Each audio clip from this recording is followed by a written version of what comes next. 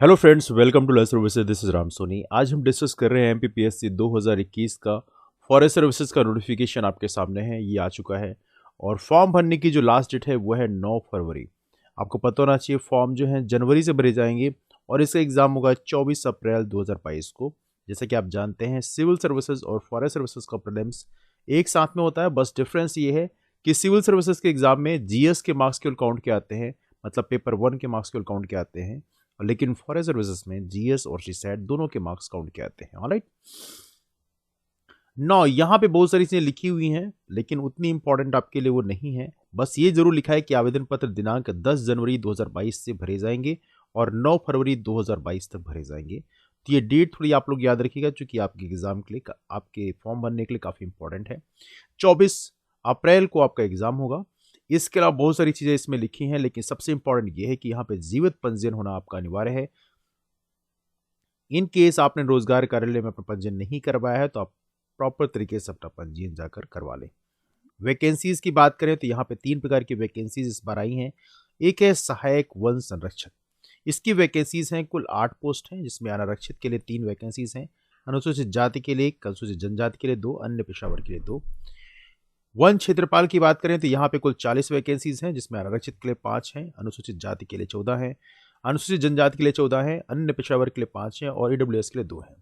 ये जो अनुसूचित जाति या अनुसूचित जनजाति में जो वैकेंसीज आपको ज़्यादा दिख रही हैं, इसका रीज़न ये है कि ये बैकलॉग की वैकेंसीज होती हैं और इसके चलते कई बार वो ऐड हो जाती हैं।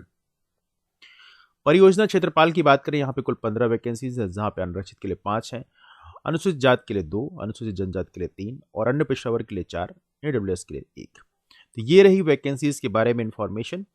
नाउ इसके बाद इसमें कई सारी चीज़ें बताई गई हैं प्रॉपर तरीके से, जिसमें डिस्कस किया गया है आप लोगों से वन सहायक वन संरक्षक, जो कि सबसे बेस्ट पोस्ट है। इसे असिस्टेंट कंजर्वेटर फॉरेस्ट्री बोलते हैं। राजपत्रित द्वितीय श्रेणी अधिकारी होता है। इसका जो पे स्केल होता है काफ़ी अच्छा होता है। सातवें पे वेतनमान के अनुसार 56,100 से 1,77,500 का पे स्केल होता है जो कि one of the best salary मानी जाती है। शैक्षणिक अर्हता की बात करें तो आपके पास या तो इंजीनियरिंग डिग्री होनी चाहिए या तो आप साइंस में ग्रेजुएशन आपके पास होना चाहिए। तो ये सारी चीज़ें आपके सामने यहाँ पे लिखी हैं, लेकिन यहाँ पे लिखा है विशुद्ध गणित या सांख्यिकी के साथ स्नातक की दशा में उसने हायर सेकेंडरी, मैट्रिकुलेशन या समतुल्य परीक्षा में निम्नलिखित विषयों में कोई एक विषय लिया हो। तो हायर सेकेंडरी में जीव विज्ञान, भौतिक शास्त्र, रसायन शास्त्र, इनमें से कोई भी सब्जेक्ट यदि आपके पास रही हो तो आप इसके लिए एलिजिबल हो जाते हैं। प्रशिक्षण वगैरह की बात की गई है तो इतना इंपॉर्टेंट वो आपके लिए भी नहीं है, हालांकि देहरादून में प्रशिक्षण होता है। शारीरिक मापदंड की बात जरूर आप लोग याद रखेंगे। शारीरिक मापदंड का जरूर इसमें पैमाना होता है, उसको हम डिस्कस करेंगे। इसके अलावा अगली पोस्ट है वन क्षेत्रपाल, जिसे परियोजना क्षेत्रपाल बोलते हैं। ये भी राजपत्रित द्वितीय श्रेणी है। इसकी सैलरी 36,200 से 1,14,800 का होता है। और इसके अलावा अर्हता में सेम एजुकेशनल सेम कंडीशन लिखी है। 18 मई का आपका ट्रेनिंग होगा। शारीरिक के लिए अभी आगे नीचे मिलेगा आपको। इसके बाद लास्ट पोस्ट है मध्य प्रदेश शासन वन विभाग का परियोजना क्षेत्रपाल। परियोजना क्षेत्रपाल राजपत्रित तृतीय श्रेणी में आता है। इसका जो पे स्केल है वो है 9300 से 34,800, 3600 का इसका ग्रेड पे है। इसमें भी लगभग सेम कंडीशंस हैं। आपके पास साइंस में ग्रेजुएशन होना चाहिए, साइंस कोर्सेज में, या इंजीनियरिंग डिग्री होनी चाहिए।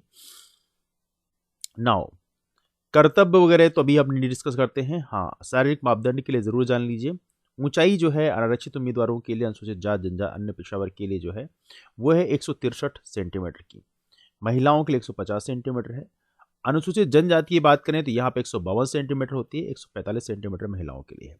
सीने की बात करें 79 सेंटीमीटर सीना होना चाहिए और महिलाओं के लिए भी 74 सेंटीमीटर सीना होना चाहिए, मतलब वुमेन का भी मेजर किया जाएगा।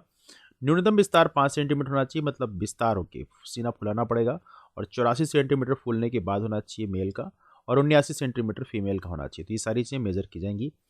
शारीरिक क्षमता परीक्षण 4 घंटे पैदल चलना होगा। आपको 4 घंटे पैदल चलना होगा, जिसमें 25 किलोमीटर आपको यदि मेल हैं तो चलना पड़ेगा। सहायक वन संरक्षक के लिए 14 किलोमीटर फीमेल को चलना पड़ेगा। यदि आप वन क्षेत्रपाल के लिए या परियोजना क्षेत्रपाल के लिए आप ट्राई कर रहे हैं तो आपको 16 किलोमीटर चलना पड़ेगा। मतलब वुमेन को 14 किलोमीटर और 16 किलोमीटर की लिमिट है, लेकिन मेल के लिए 25 किलोमीटर है। आपको 4 घंटे में चलना पड़ेगा। तो ये थोड़ी प्रैक्टिस करनी पड़ेगी, थोड़ा मुश्किल काम होता है, लेकिन यदि आप महीने भर प्रैक्टिस करेंगे तो बड़े आराम से आ जाएगा। इसके बाद मेडिकल वगैरह के लिए सारी चीज़ इन्फॉर्मेशन दी हुई है, तो उतना इंपॉर्टेंट नहीं है, वो तो बाद में हो जाएगा। हाँ, आयु सीमा का जरूर एक कंसर्न रहता है, तो सहायक वन संरक्षक के लिए जो आयु सीमा है वो 21 वर्ष की आयु पूर्ण कर ली हो, किंतु 40 वर्ष की पूर्ण नहीं की हो। वन क्षेत्रपाल परियोजना क्षेत्रपाल की बात करें तो 21 वर्ष के बीच से 33 वर्ष के बीच में होनी चाहिए। यदि आप SC ST OBC से बिलोंग करते हैं, वुमेन है, तो आपको यहाँ पे 5 साल का रिलैक्सेशन भी मिल जाता है, तो ये चीज़ आपको ऑलरेडी पता होना चाहिए। आयु की जो संगणना है वो 1 जनवरी 2022 से किया जाएगा, तो ये भी आपको पता होना चाहिए। ठीक है, ओके। तो यहाँ पे बाकी सारी चीज़ें लिखी हैं। रिटायरमेंट एज कितना होगा, 62 साल होगी। परिवीक्षा अवधि होगी 2 साल की। तो ये सारी चीज़ें आप लोग ऑलरेडी जानते ही हैं, इतना मुश्किल काम बात नहीं है। अब इसमें बोला गया है चयन प्रक्रिया के 5 क्रमिक चरण होंगे। राज्य वन सेवा की मुख्य परीक्षा के लिए उम्मीदवारों के लिए चयन हेतु राज्य सेवा प्रारंभिक परीक्षा ऑर्गेनाइज की जाएगी पहले, फिर राज्य वन सेवा मुख्य परीक्षा ऑर्गेनाइज की जाएगी। वस्तुनिष्ठ प्रकार की ऑनलाइन परीक्षा पद्धति आप लोग पता होना चाहिए, मैंने आप लोगों से पेपर डिस्कस भी किया था, 2020 वाला जो पेपर था उसको शेयर किया था आपको। साक्षात्कार की बात करें, फिर साक्षात्कार होगा, फिर शारीरिक मेडिकल होगा आपका प्रॉपर तरीके से, और स्वास्थ्य परीक्षण फिर किया जाएगा। तो कुल मिला के 5 चरण बनाए गए हैं। प्रीलिम्स एग्जाम की बात करें तो आपको ऑलरेडी पता है कि यहाँ पे प्रीलिम्स एग्जाम में ये प्रॉपर तरीके से सारी चीज़ें बताई गई हैं कि आपको प्रीलिम्स एग्जाम क्वालिफाई करना पड़ेगा, जहाँ पे GS और CSAT दोनों के मार्क्स काउंट किए जाएंगे। तो ये चीज़ें ऑलरेडी हम डिस्कस कर चुके हैं। और इसके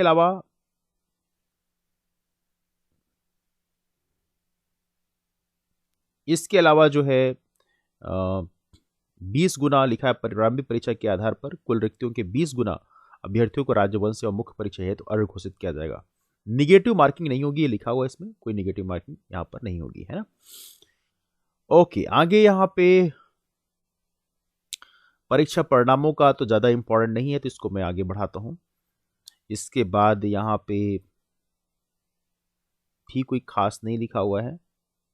साक्षात्कार के पश्चात अंतिम मेरिट सूची A+C सहायक वन संरक्षक, B+C वन क्षेत्रपाल परियोजना क्षेत्रपाल के आधार पर बनाई जाएगी। A+C सहायक वन संरक्षक का चयन परिणाम बनाने के बाद उसमें चयन हेतु सफल उम्मीदवारों के अतिरिक्त C श्रेणी के जो आवेदक होंगे वो वन क्षेत्रपाल के पद हेतु भी विचारित किए जाएंगे। तो ये सारी चीज़ें यहाँ पे लिखी हुई हैं, तो ये बहुत बेसिक चीज़ें हैं, इसको मैं स्किप करता हूँ। आगे चलते हैं हम लोग।